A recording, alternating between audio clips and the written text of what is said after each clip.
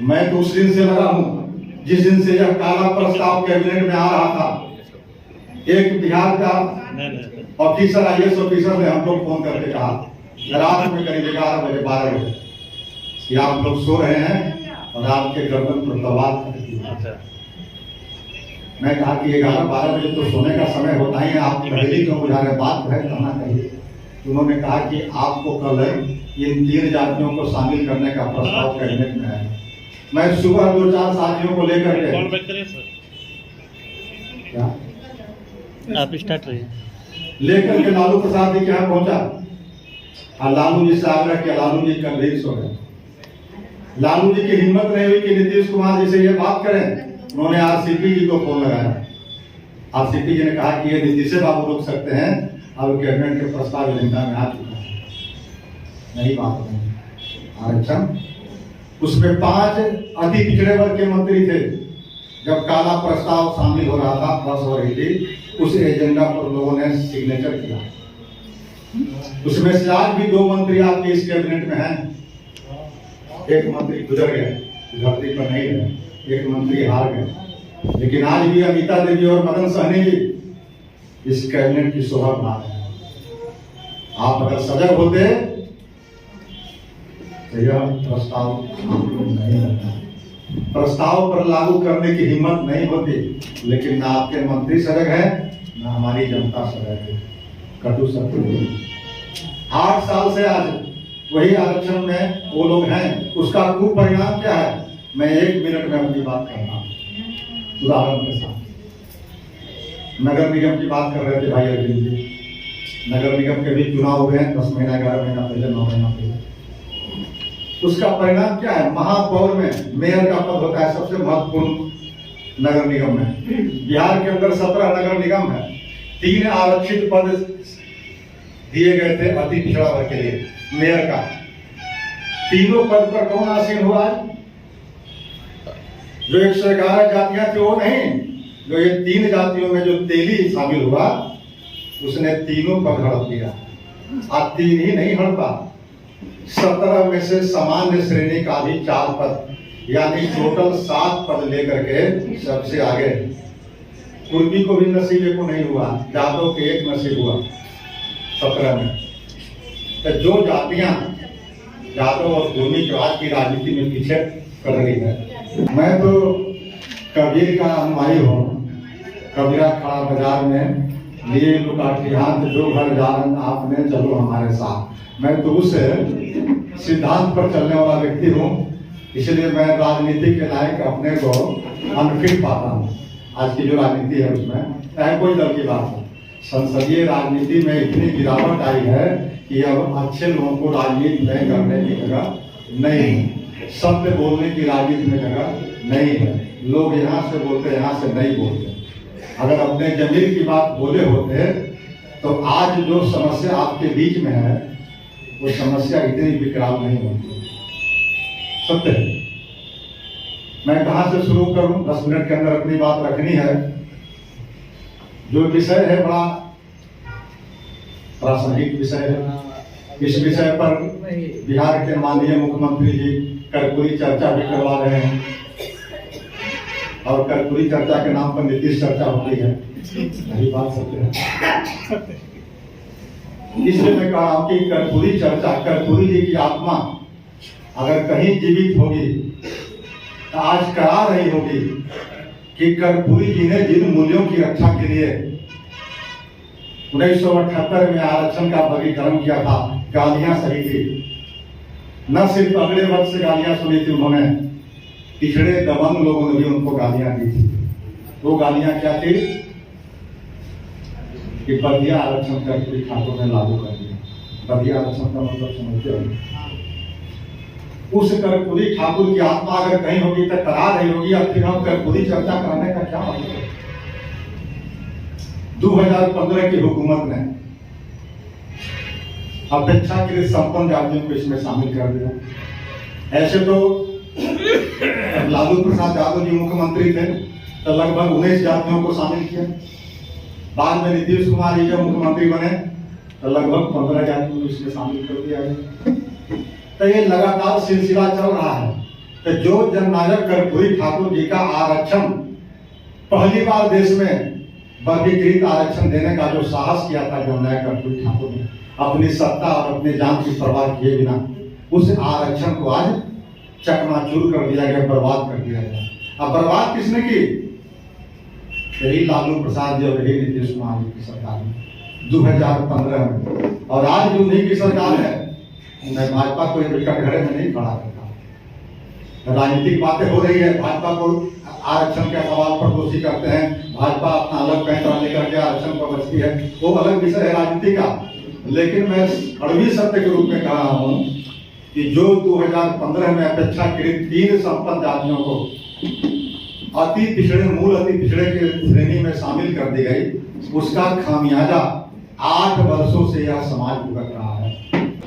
उन बच्चों के लिए जिनका भविष्य हमने खराब कर दिया, आने वाला पीढ़ियां हमसे सवाल करेगी कि तुम कम से कम बचा के रखते आरक्षण, आगे बढ़ाने की बात नहीं करते। लेकिन समझता तब हार करके हम जन आंदोलन का रास्ता अख्तियार किया। आप नहीं सुने होंगे कि सत्तारूढ़ दल में रह करके सत्ता के खिलाफ चुनौती करता हो कोई विधायक, सुने ऐसा नहीं होता। सत्तारूढ़ पार्टी में रह करके तो मंत्री बनने की फेरा में रहता है, लोग सांसद का टिकट के फेरा में रहता है। लेकिन मैं उस पंक्ति में नहीं हूं, मैं उस पंक्ति में नहीं हूं। मैं तो देखता हूं कि अगर यही काम जिसको बीड़ा उठाया है, जिस पर लाखों रुपया अपने पॉकेट का खर्च करके, मैं यह भी जानता हूं कि मैं प्रोफेसर हूं, क्रीमी लेयर के दायरे में आता हूं, मुझे मेरे बेटा बेटियों को भी लाभ नहीं मिलेगा नौकरी, बावजूद इसके इस काम को कर रहा हूं। पैर में पोला लेकर के जननायक कर्पूरी ठाकुर की जो जन्म स्थली है कर्पूरी ग्राम, वहां से 110 किलोमीटर पैदल चल करके पद यात्रा किया, और हजारों के बीच में मिडिल स्कूल में अपनी बातें रखी। आज भी वो समस्या वहीं की वहीं बनी। लेकिन मैं विश्वास दिलाता हूं छोटी सी सभा में भी कि मैं भी मानने वाला व्यक्ति नहीं हूं। मेरे जीवन के अगर एक कतरा भी रहेगा शरीर में, तभी मेरा यह आंदोलन जारी रहेगा, आमर अनसर तक जाऊंगा मैं। लेकिन न्याय दिलाते होगा कि जननायक कर्पूरी ठाकुर के रास्ते पर चलने वाला कोई राही तो मिलेगा। लेकिन आज हजारों के लोग तैयार हो गए हैं। तो सबसे बड़ी ये समस्या है। अभी बिहार का आंकड़ा आया, शायद अरविंद जी देखे होंगे। मैं एक उदाहरण दे रहा हूं, 4 वर्गों की बात आई, नौकरियों की बात। अगड़े वर्ग की संख्या कितनी है? हिंदू के अगड़े वर्ग 10.5%, जो अभी आंकड़ा आया राज्य सरकार ने जारी किया है। मैं उस आंकड़ा पर टिप्पणी नहीं कर रहा हूं, जबकि टिप्पणी मैं पहले कर चुका हूं कि ठीक से आंकड़े प्रकाशित नहीं हुए। ये कोई विश्वसनीय एजेंसी भी नहीं किया। एजेंसी था बिहार में, उससे नहीं कराई गई बेल्ट्रोन के द्वारा। तो उस समय विसंगतियां हो सकती है, उस पर मैं चर्चा नहीं कर रहा। लेकिन जो आंकड़े राज्य सरकार ने अधिकृत रूप से जारी किया, उसमें क्या है आंकड़ा? 10.5% अगड़े वर्ग के लोग, और अगर मुसलमान के अगड़े वर्ग को मिलाएंगे तो 15.5% है। तो 15.5% के नौकरियों में भागीदारी कितनी है मालूम है आपको? 18,24,000 टोटल नौकरी करने वाले बिहार के लोग। उस 18 लाख में से अगले वर्ग को 6 लाख कुछ हजार, यानी 35%। 15.5% को 35% नौकरियों में प्रतिनिधित्व है। और दूसरा वर्ग है बीसी, जो अभी आंकड़ा आया है, उसमें 27% है। 27% के नौकरियों में प्रतिनिधित्व कितना है? 34.7%, यानी 35% उनका भी। आबादी 27%, नौकरी में रिप्रेजेंटेशन 35%। लेकिन कोई चिंता नहीं 8 वर्षों से। तब जाकर के हम लोग ने हाई कोर्ट में, पटना उच्च न्यायालय में केस दायर किया, पेटिशनर बना मैं खुद।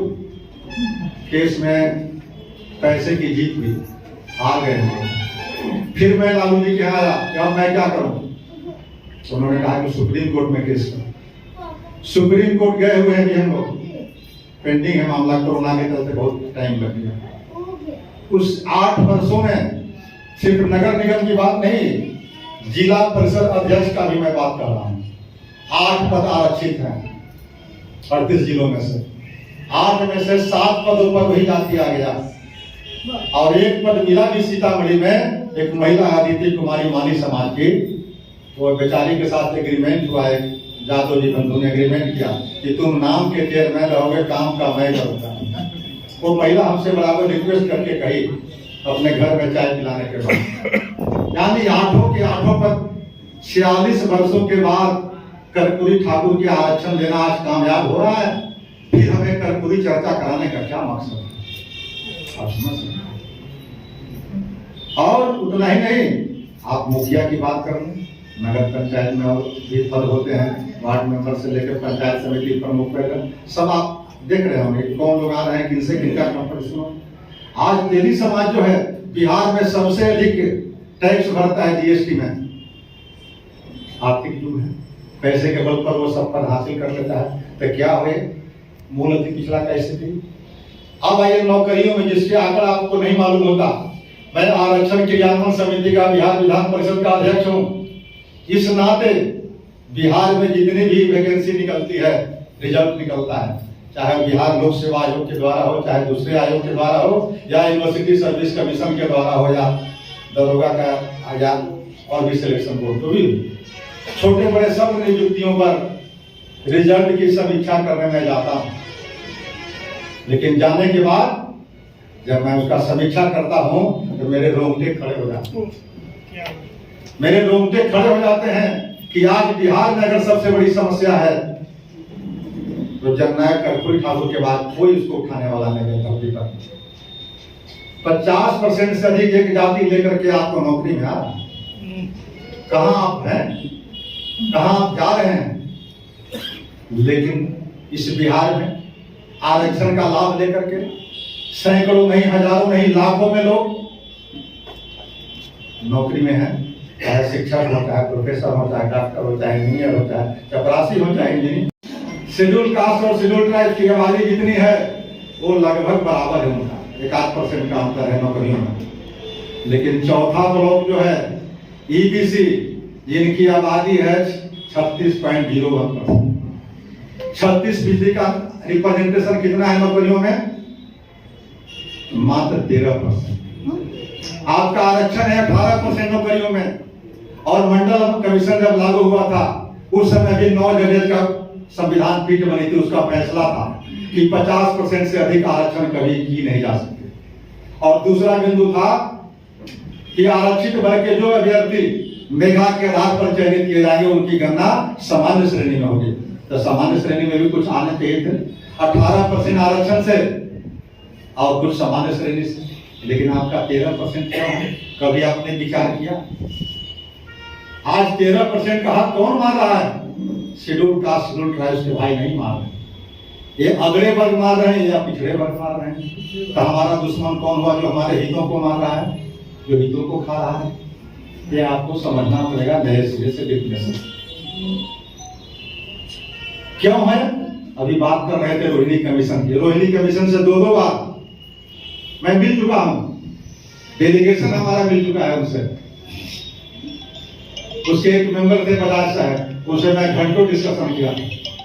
रोहिणी कमीशन पहली बार देश में कमीशन बनी जिस पर सबसे अधिक खर्च हुए। 7 बार उसको एक्सटेंशन मिला, 6 महीना के लिए बनी थी। लेकिन मैं उसके जड़ में जा रहा हूं। मंडल कमीशन जब बनी थी, मंडल कमीशन के हीरो थे स्वर्गीय शरद यादव जी, मंडल बसिया कहलाते थे। उनका अथक प्रयास है मंडल। उस समय शरद यादव से भी मैंने कई बार वार्ता किया था और कहा था, शरद जी मंडल कमीशन में जो एलआर नायक की टिप्पणी है उसके आलोक में कम से कम इम्प्लीमेंटेशन के समय में ध्यान रखना चाहिए। लेकिन शरद जी क्या बोलते थे उस समय, कह रहे यार पहले खाना तो आने दो थाली में खाना आया नहीं, तुम बंटवारे की बात कर रहे हो। लेकिन आज मंडल कमीशन को लागू हुए 31-32 साल हो गए। 32 साल में क्या विसंगतियां आई, आप सबके सामने विसंगतियां ये आई कि कुछ दर्जन जातियां उसका लाभ उठा रही है और हजारों जातियां उसका लाभ से वंचित है। ये 32 वर्षों का रिजल्ट आपके सामने है। इसीलिए रोहिणी आयोग बनाई गई कैटेगराइजेशन करने के लिए, जिस तरह से कर्पूरी ठाकुर जी ने कैटेगराइजेशन किया था उसी पैटर्न पर। लेकिन रोहिणी कमीशन ने रिपोर्ट अंततः दी राष्ट्रपति को सितंबर 31 को, आज तक रिपोर्ट सार्वजनिक नहीं हुआ। तो वो बात ठीक है, मंडल कमीशन में इलाम नायक साहब ने कहा था कि जिस तरह से तालाब में बड़ी मछलियों का आज छोटी मछली बन जाती है, उसी तरह की स्थितियां हो रही है। लेकिन पिछड़े वर्ग के नेताओं ने उस समय नहीं सुने। तो देश को, प्रदेश को तब तक विकसित नहीं आप कर सकते जब तक कि सारे जातियां, सारे आबादी, बहुसंख्यक लोग विकसित नहीं हो जाते हैं। इसलिए उस भावना से कहीं न कहीं आपको काम करना पड़ेगा। लेकिन आज हर जगह की संगतियां हैं। इसलिए सबसे बड़ी समस्या जो मैंने बताया उस पर आपको कहीं न कहीं इकट्ठे होने की जरूरत है। और अभी मुखिया जी कह रहे थे कि जिला में मुझे काम दीजिएगा तो मैं उस लड़ाई को लड़ूंगा। पंचायती चुनाव की आरक्षण की बात मैं कर रहा हूँ। अभी आरक्षण बढ़ाए गए, अरविंद जी ध्यान सुनिएगा, आरक्षण बढ़ाए गए अभी आंकड़ा जाति आंकड़े आने के बाद। लेकिन जाति आंकड़े आने के बाद आप बता सकते हैं कोई एक स्टेट जो अति पिछड़ा, सबसे कम है, सबसे बड़ी आबादी, लेकिन सत्ता और शासन से सबसे पीछे, उस पर कौन सी नीतियां बनी? सत्ता और शासन में लागू करने का, भागीदारी देने का कोई नीतियां नहीं। उल्टे पंचायती राज व्यवस्था में भी आरक्षण कितना मिलता है? 37%। उसमें बढ़ाने की गुंजाइश थी 13%। आज से नहीं, 13-14 वर्षों से जब से लागू हुआ उसी समय से मैंने कहा। लेकिन बाबू नीतीश कुमार जी ने 13% आरक्षण पंचायती राज में नहीं बढ़ाया। क्यों नहीं बढ़ाया? कि इसमें आरक्षण पिछड़े वर्ग को नहीं मिलता, सिर्फ अति पिछड़े वर्ग को मिलता है। अगर पिछड़े वर्ग को मिला होता यही बढ़ता। लेकिन पिछड़े वर्गों की जो आरक्षण बढ़ी है वह साबुन का बुलबुला है, कुछ चंद दिनों में समाप्त होने वाला है। इसलिए समाप्त होने वाला है कि जो संविधान के मर्मज्ञ होंगे, जानते होंगे, उसे मंडल कमीशन पर उपजे 9 जगह का जो संविधान पीठ का फैसला है आज प्रिवेल कर रहा है। इसलिए जो आरक्षण की सीमा बढ़ाई गई है 50+10 है, 60 नहीं है, 60 है लेकिन 50+10 है, वो वापसी आधार पर 10 है। और 50% सीमा को चैलेंज किया गया है। अब लोग तुलना करते हैं तमिलनाडु से और दक्षिण के राज्यों से। दक्षिण के राज्यों ने आरक्षण की सीमा बढ़ा करके 9वीं अनुसूची में दर्ज कराया। जब ललिता वहां मुख्यमंत्री थी, 17 MP हुआ करते थे उस समय, उसके नरसिम्हा राव की सरकार थी, दिल्ली में बहुमत से फट रहा था। जयललिता अपर कास्ट की थी, ब्राह्मण जाति की थी, AIADM के नेता थी, लेकिन रिप्रेजेंट करती थी पिछड़ों की। अब पिछड़ों के जो नेता थे करुणानिधि, वो DMK के नेता थे। लेकिन जयललिता ने बड़ा स्टेप उठाया, अपने हितों के लिए नहीं, पिछड़े वर्गों के हितों के लिए, कहा कि 9वीं अनुसूची में आप डालिए आरक्षण को, मैं आरक्षण की सीमा बढ़ाता हूं। और नरसिम्हा राव से डरवा ली। इसका नतीजा हुआ उस तमिलनाडु में पिछड़े वर्गों के लोगों ने जयललिता जी को मरते दम तक साथ दिया। आपको अगर न्याय चाहिए तो मैंने जितनी बातें कही है उस बातों को थोड़ा सा कभी समझने की जरूरत है। एक छोटी ही सभा हो, गोष्ठी हो, लेकिन हर बड़ा परिवर्तन कम लोगों से और छोटे लोगों से, छोटे बैठकों से होती है। बड़े बैठकों में बड़ा निर्णय नहीं लिए जाते, बड़ों बैठकों में छोटा निर्णय लिए जाते हैं और छोटे बैठकों में बड़ा निर्णय लिया जाता है।